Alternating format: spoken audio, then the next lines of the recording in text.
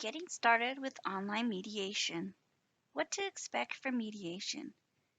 Now that both parties have agreed to mediation, a mediator will be assigned to assist both parties with the mediation process.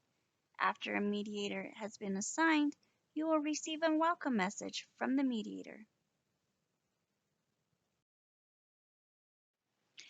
What can you expect from a mediator?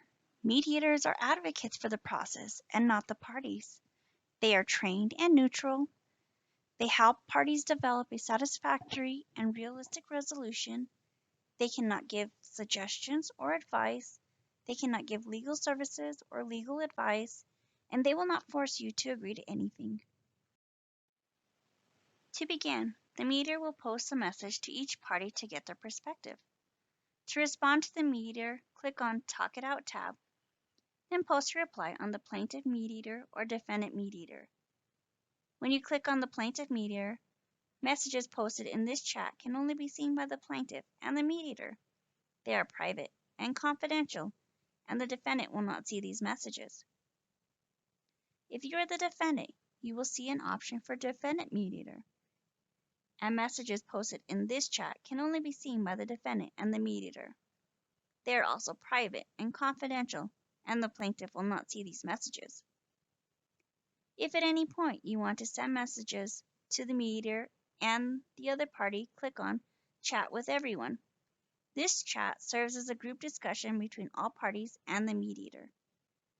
Whenever a message is posted for you, you'll receive an email or text with a link to sign in to view the message. Once both parties have agreed to a solution, the mediator will prepare a settlement agreement based on language that both parties have agreed to. Agreement should be worded in positive, forward-looking language that the parties themselves have constructed and are committed to honor. This is your agreement. The next step is to review the agreement and sign it. If something is incorrect, post a message to the mediator explaining what needs to be corrected. The mediator can edit the agreement before it is signed. Make sure the written agreement is accurate and includes all the terms you agree to with the other party.